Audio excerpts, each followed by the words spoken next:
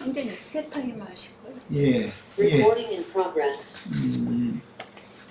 30분씩 세 타임 할 거예요. 자, 5페이지 지난번 자료 상단에서부터 바로 들어갑니다. 비록 여러 번에 걸친 불신으로 인해 하나님의 징계를 받은 출애굽 1세대는 광야 40년 동안에 많은 징벌이 있었었죠. 한 곳 움직일 때마다 죽고 이렇게 많은 사람이 죽어서 결국은 출애굽 1세대는 광야에서 다 죽었어요. 그래서 광야에서 다 죽고 전반적으로 광야 훈련을 무사히 겪어낸 이스라엘의 신세대가 출애굽 이후 40년 만에 모압 평지에서 2차 계수를 받고 가나안 땅 정복을 시작한 역사로 우리에게 계시한 교훈은 매우 큽니다. 이제 이 신앙의 과정이라는 것은 그러니까 6월절을 먹고 홍해를 건너 출애굽을 하면 다 되는 게 아닌 것이죠. 쉽게 표현하자면, 자, 처음 육적인 12지파가 야훼께서 행한 큰 인적의 심판을 목격하고 모세의 지시에 따라 6월절을 먹고 홍해를 건넜으며 2년이 지나서 시내 광야에서 첫 번째 계수에 든 20세 이상 싸움에 나갈 만한 남자들과 레위인들과 장자들, 레위인들과 장자들은 한 달 이상을 계수를 했어요. 이 차이는 이제 다음에 더 말씀을 나눌 거예요. 징집 대상자를 조사할 때는 20세 이상 싸움에 나갈 만한 남자를 계수를 하고 레위인들과 장자들은 한 달 이후의 사람들을 계수를 해서 이스라엘의 장자를 레위인들로 이렇게 대체를 하죠. 그런 거 보고 이제 대속이라고 그래요. 그리고 이스라엘의 짐승들과 레위인들의 짐승들의 계수가 있었습니다. 짐승들까지도 다 수를 셌어요. 이제 이런 걸 통해서 우리는 노아의 방주에 3층으로 방주를 지었고 맨 위층에는 노아와 가족들이 지내고 중간층에는 정한 짐승들이 지냈고 맨 하층에는 부정한 짐승들이 거기 있었어요. 그러니까 주님의 교회에는 육적인 사람들, 혼적인 사람들, 영적인 사람들이 있게 마련이다. 이것을 요한서신에서는 아이들아, 청년들아, 아비들아 이렇게 표현을 했어요. 그러니까 이 문제를 잘 이해를 하시길 바라요. 그러나 그들 출애굽 1세대는 모두 광야 40년의 연단 과정에서 죽었고 아론과 모세까지도 약속의 땅 서안에는 들어가지 못했으며 다만 여호수아와 갈렙 두 사람만 두 번째 계수에 든 신세대와 함께 약속의 땅에 들어가서 정복전쟁을 수행했습니다. 이 여호수아와 갈렙은 신약에는 두 증인이라고 표현을 했어요. 광야의 회막에서라는 말은 여기서 이제 광야, 이 미드바르라는 말은 건조한 계절에는 생물이 살 수 없는 불모지가 되고 강우기에만 팔레스타인 땅은 겨울철 잠깐 비가 온다고 그래요. 풀들이 자라는 메마른 지역인데 출애굽한 이스라엘이 반드시 광야의 연단 과정을 거치는 것은 하나님의 군대가 훈련받아 영적 전투를 능히 수행하도록 길들임을 받기 시작했다는 뜻입니다. 그러니까 성도들은 반드시 사람들에게 전도를 해서 사람을 그리스도의 것으로 드리는 제사장 직무를 할 수 있어야만 된다는 거예요. 그렇게 되는 것이 이제 싸움에 나갈 만한 하나님의 전사가 된 사람들인 거예요. 우리 형제 자매님들도 이런 말씀에 대해서 깊은 은혜를 받고 어떻게든지 해서 사람을 만나면 무슨 자료를 주든 아니면 이렇게 대화를 제일 중요한 건 대화를 직접 해서 전도를 하는 것이 제일 중요하죠. 그렇게 능수능란하게 할 수 있어야 돼요. 창, 칼, 또는 다른 그 활 등의 이제 무기로 전쟁을 그때는 했는데, 그런 무기라는 것이 진리의 성령께서 주시는 진리와 생명의 성령의 말씀을 상징하는 거기 때문에 그걸 자유자재로 활용해서 사람들을 얻어서 하나님의 나라로 데려올 수 있어야 된다는 거예요. 그것이 이제 영적인 전쟁인 거예요. 반드시 그렇게 되도록까지 다 자라야 되는 거다, 그런 말이에요.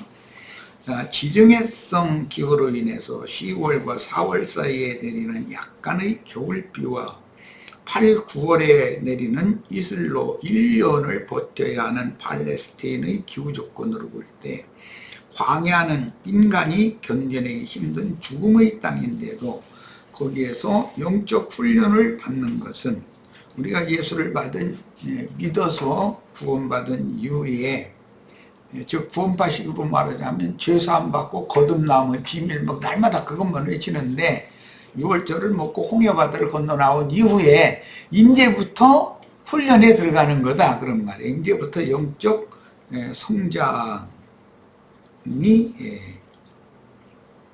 시작이 되는데, 내적 생명의 성장은 언제까지냐 하면은 20세 이상 싸움에 나갈 만한 때까지 자라야 된다. 그러니까 이 말은 속생명이 자라서 사람을 만나면 어떻게든지 해서 전도를 해서 사람을 하나님의 나라로 데려올 수 있는 하늘의 군사, 하나님의 군대에 다 들어갈 수 있어야 된다는 거예요.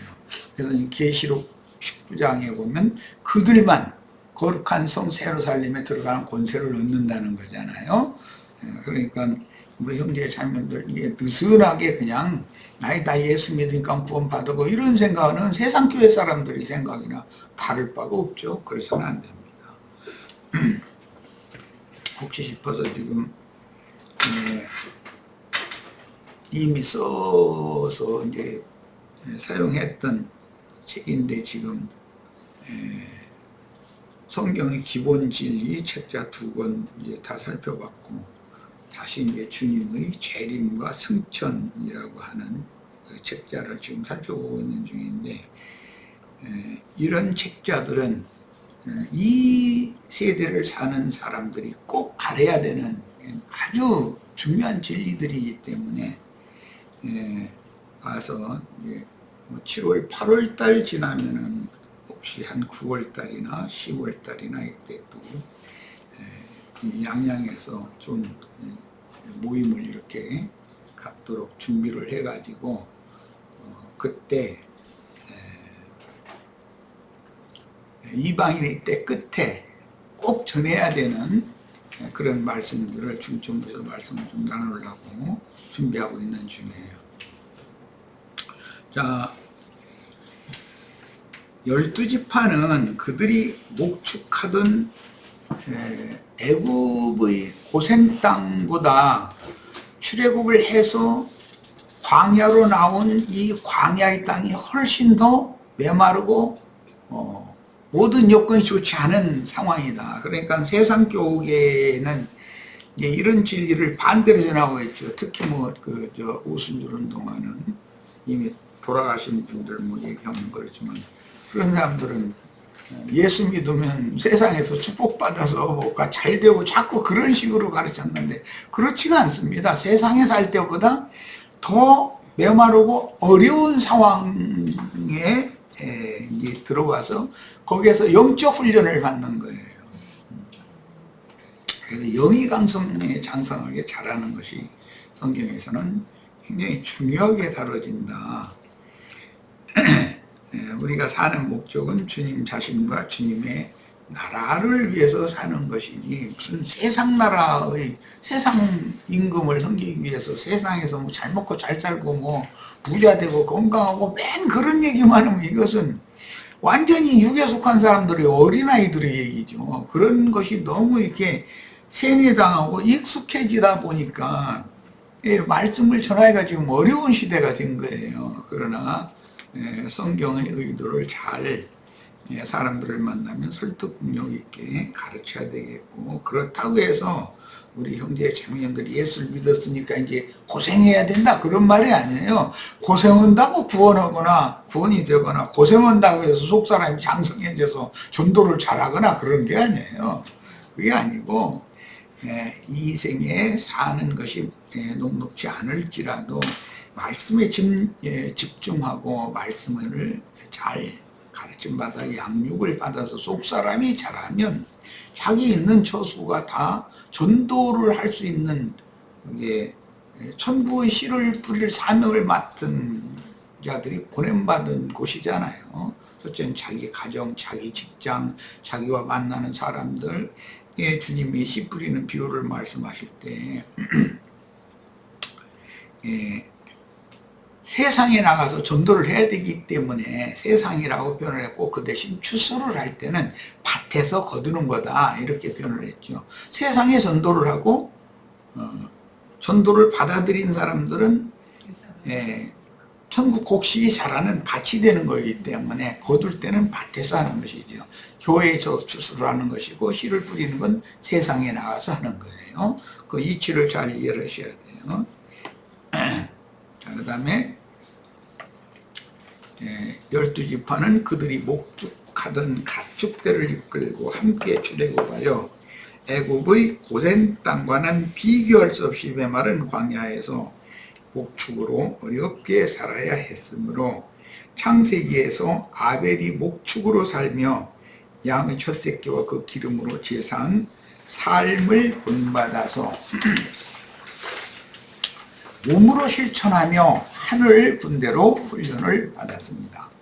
기독교계에는 영지주의자들인 소위 구원파가 애굽에서 유월절을 먹고 홍해를 건너는 초보의 도만을 반복해서 전하여 터만 닦는 신앙을 반복하면서도 자기들만 구원을 받았다고 이렇게 자랑을 하는 그런 무리들이 많죠. 그런데 하나님은 그런 게 아니다. 하나님의 일은 땅끝까지 모든 민족이 다 이 천국 복음을 받아들이고 그 다음에 이기는 자들, 즉 하늘 군대로 양성된 자들의 그 수가 채워지고, 그 다음에 그들의 안내를 받은 정결한 처녀 14만 4천의 수가 채워져야 이방인의 때라고 하는 한 시대가 종결되고 인마진 12지파의 새 시대 오는 새 세상에 주와 그 그리스도의 나라가 세워지는 것이다 라는 걸 가르치고 있기 때문에 이 하나님의 종륜에 대해서 잘 이해를 할 필요가 있습니다. 그들은 지난 죄들을 사면받은 구속과 영이 거듭난 속사람의 구원 이후 양육을 받고 자라서 온전한 새 사람으로 구원을 이루어 하나님의 군대로 자신의 육적 자아, 이건 이제 육체라고 그래요. 육체라는 건 하나님의 신이 함께할 수 없는 죄가 지배하는 옛사람을 말하는 거예요.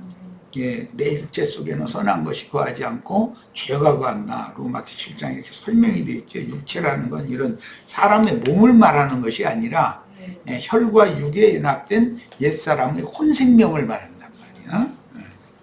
거기에서 죄로 마귀가 왕노릇을 하는 거예요.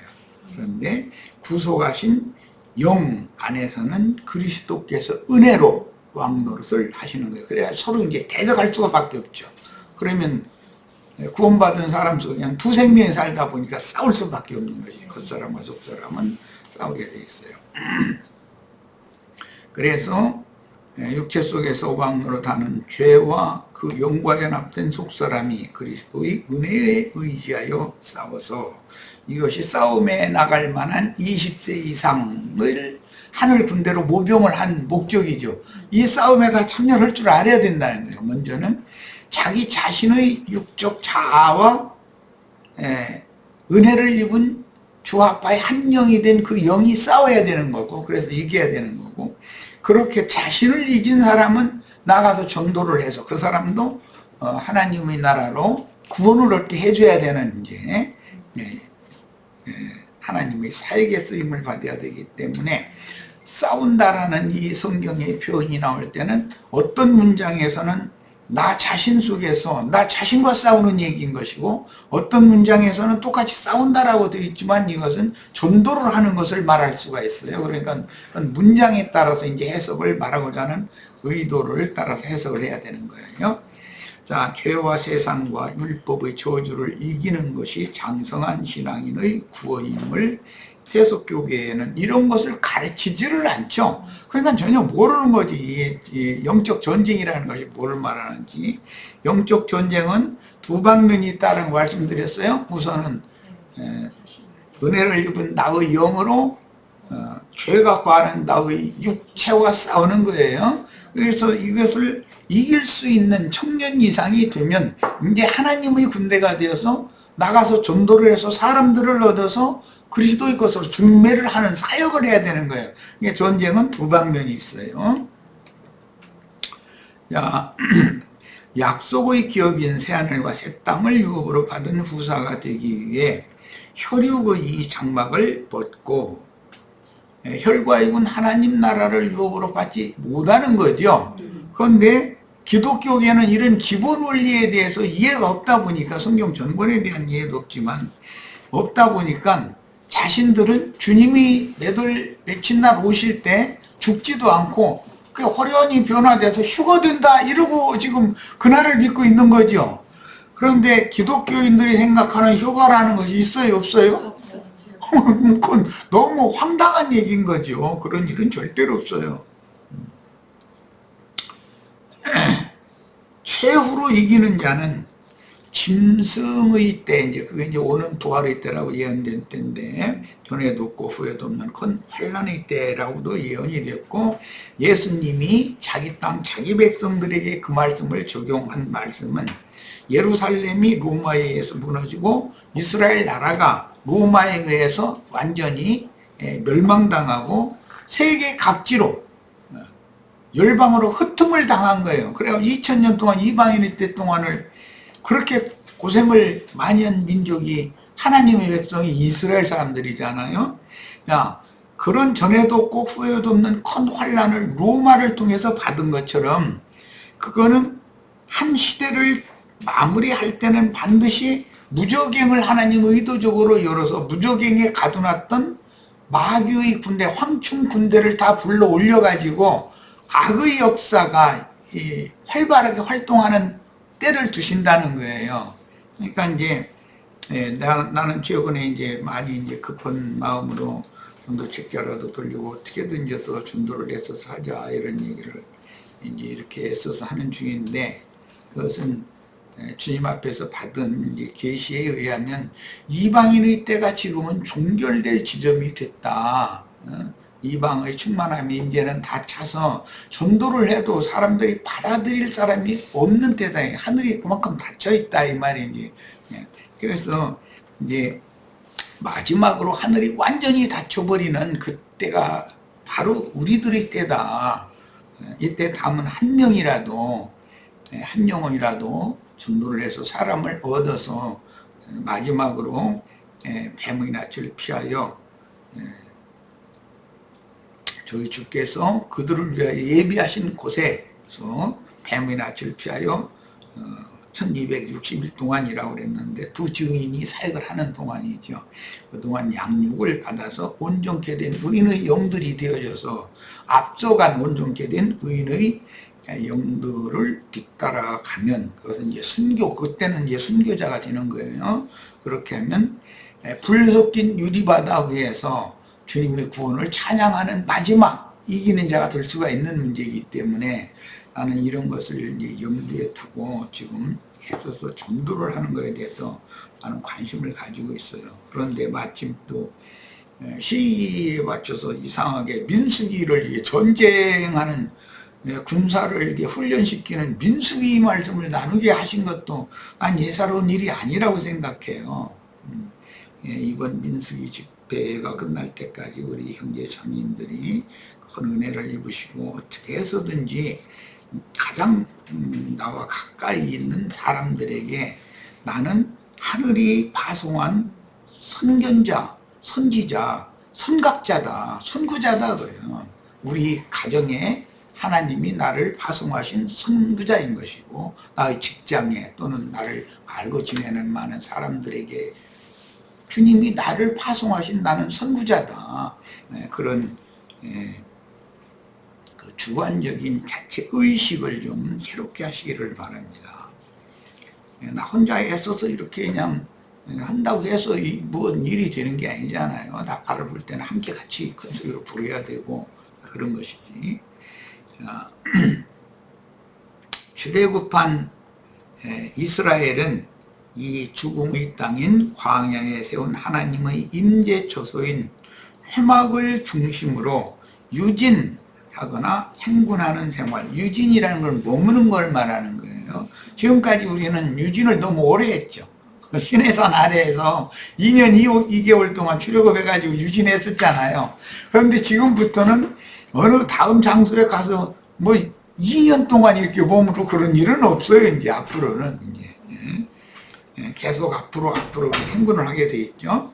유진하고 행군하는 생활로 겉사람은 후패하나 속사람은 날로 새롭게 되면서 아직까지 경험해보지 못한 신앙생활을 시작했는데 이것이 광야교회의 신앙생활이었습니다. 우리도 지금 민수기와 같은 이런 새로운 출발을 해야 될 때가 왔다. 다 새롭게 돼야 된다. 영이 새로워져야 되고 마음도 다 새로워져야 되고 주님께서 이제 찾고 찾는 자들에게는 새 영과 새 마음을 부어줄 거다라고 예언을 했으니까 그 말씀을 믿고서 우리는 이제 추구를 해야죠. 광야교회의 신앙생활이란 회개하고 복음을 믿음으로 죽었던 영이 그 영에 의해 소성함을 받는다 그랬는데 이게 살려준다. 이제 깊은 잠에 떨어진 사람을 이렇게 깨우게 한다. 이제 그런 뜻이에요. 그래서 이것을 거듭남이라고 지금은 표현했고 디도서에서 이걸 설명할 때는 중생의 씻음과 새롭게 하심을 받았다 이렇게 표현했어요. 이게 거듭난 거예요. 그런데 거듭남 생명을 얻는 것은 한 번의 일이지만 혼의 구원을 이루는 전 기간 동안에 옛사람을 무너뜨리고 새로 그 회막을 다시 짓고 다음 장소에 또 무너뜨리고 또 가서 또 다시 짓고 이것을 반복한다. 이 말은 지난 시간에 말씀 나눈 것처럼 옛사람은 자꾸 회피시켜야 되고 새 사람은 날로 새롭게 해야 된다. 그런 뜻이에요. 그 훈련을 받는 거예요. 그러니까 옛사람을 완전히 벗는 훈련을 받는 건데 이것은 비물로 말하자면 잠자리나 뱀이나 이런 거 쉬운 예로 이게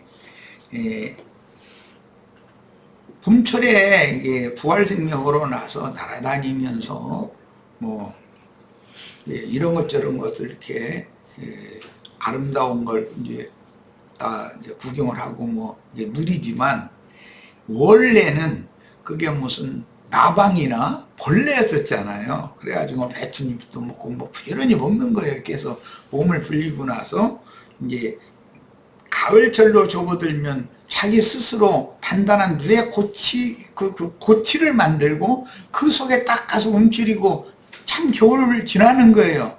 그런데 그게 그 속에서 내년 봄에 시공을 초월하여 날아다닐 수 있는 생명의 부활을 준비하고 있는 것이거든. 자, 그런데 이것이 광야교회라고 하는 것은 겨울을 나는 그런 부활 생명체와 같은 거다. 우리는 지금까지는 시내산 아래까지 와서 너무 오랫동안 말씀을 율법도 받았고 하나님 섬기는 법도 받았고 교회를 어떻게 세워야 된다는 것도 받았고 이거 다 받았지만 이제는 부활을 준비해야 될 때다라는 거예요. 그래야 이제 우리가 이 장막을 벗으면 영의 몸을 입고 영광의 세계로 주와 함께 나타나서 영원한 주님의 나라를 유업으로 받을 수가 있게 되는 것이기 때문에 지금 우리는 세상 사람들도 노후를 준비하느라고 젊어서 많은 고생을 해가면서 저축도 하고 이렇게 하잖아요. 그런 것처럼 우리는 이제 겨울을 오는 더 좋은 부활을 해서 고대하면서 깨어서 겨울을 준비해야 되는 때가 왔다고 나는 판단하기 때문에 이런 말씀을 나눈 것이고, 나에게 계시된 것을 뭐 내가 이렇게 함부로 발설을 하고 그러면 안 되니까 나 이 정도 얘기를 하는데,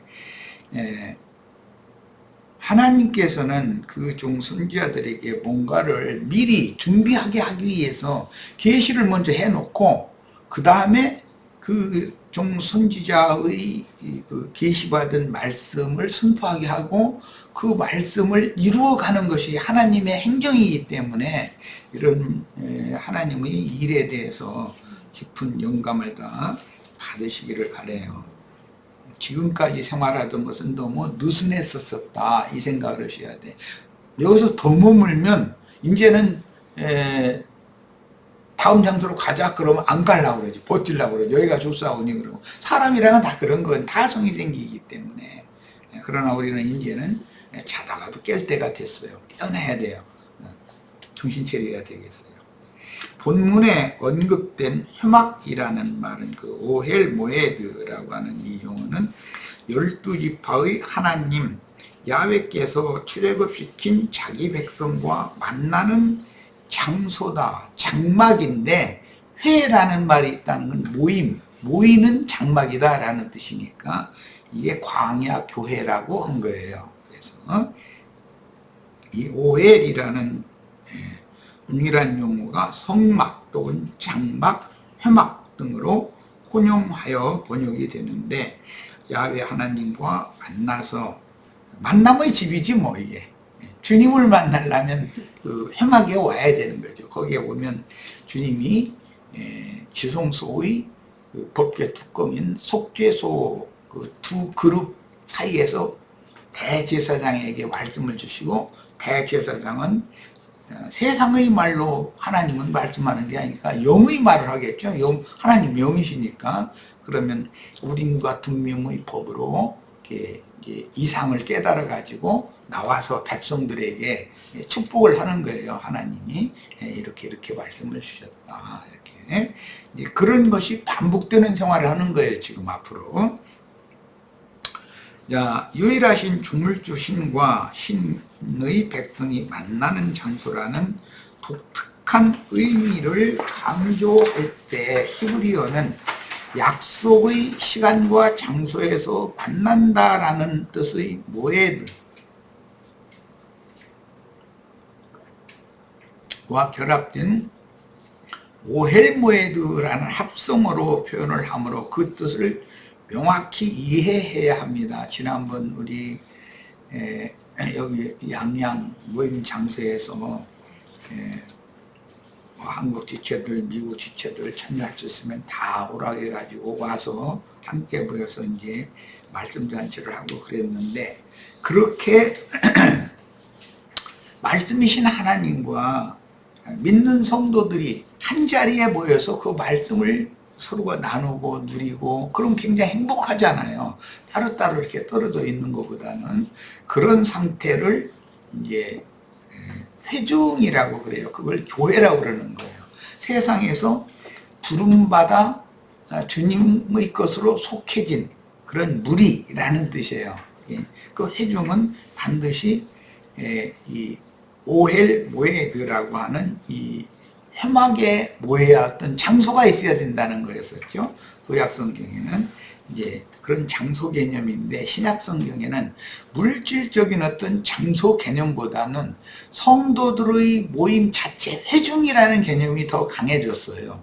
그러니까 구약 성경에는 장소가 기본적으로 있어야 되고, 신약 성경에는 아무 곳에서나 예수님이 이 땅에 오셔서 목회를 할 때는 뭐 들판으로도 데리고 가고, 또는 뭐 보리밭 또 밀밭 이런 데로도 데리고 가고, 갑작스럽게 또는 뭐 갈릴리 바닷가의 그 모래사장 그쪽으로 데리고 가고, 그게 어떤 사람의 손으로 지은 건물 신전이라는 개념을 다 파괴해버렸죠. 그리고 율법에 의한 안식일 날만 건물에 모여서 말씀을 읽고 나누고 그러던 개념을 완전히 예수님이 오셔서 바꿔버렸잖아요. 이제 이게 우리도 구약 성경을 배우는 목적은 이 아론 반차의 그 율법 제도를 영생이신 영원하신 하나님의 새 세계에서 어떻게 하나님과 함께 영원히 이런 찬양과 감사와 이런 것을 영원히 누리게 되는가. 이건 이제 계시록 21장 22장에 보면 생명강이 거룩한 성 예루살렘의 중앙에 이렇게 흘러가고 강의 양쪽에는 생명나무들이 이렇게 쭉 심어져 있어 가지고 그 생명나무에서 달마다 12가지 과실을 이렇게 맺으면 이제 우리 형제 자매님들 이기는 이제 전사들이 되고 그들에 의해 중매를 받은 신부들이 된 자들은 그 생명나무에 또는 생명강에 참여할 수가 있다는 거예요.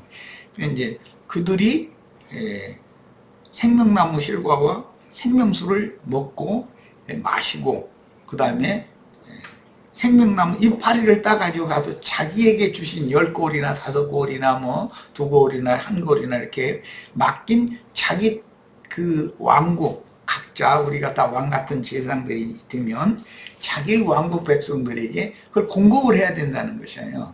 그런데 생명나무와 생명수를 먹고 마신 결과는 생명으로 다스린다 그랬기 때문에 그것은 사실은 빛으로 다스리는 것을 의미하는 거예요. 빛이신 주님을 반사하는 것이죠. 자기 백성들에게. 그런데 그 백성들이 이런 하나님의 영원한 그 영생의 세계에 대해서 이해를 잘 못하고 있기 때문에 예수를 믿었는데도 청년 이상 이르지 못한 하나님의 백성들은 자꾸 병이 생긴다는 거예요. 그러니까 생명나무 이파리로 자꾸 반복해서 치료를 해줘야 된다는 것이죠. 우리 형제 자매님들이 그런 영적인 의사가 되고 생명을 공급하는 공급자가 되고 즉 왕들이 되고 이렇게 되시는 축복이 다 이 민수기를 마치는 동안에 아주 풍성하게 임하기를 바랍니다. 자, 첫 시간 여기까지 일단 잠깐 쉬도록 합니다.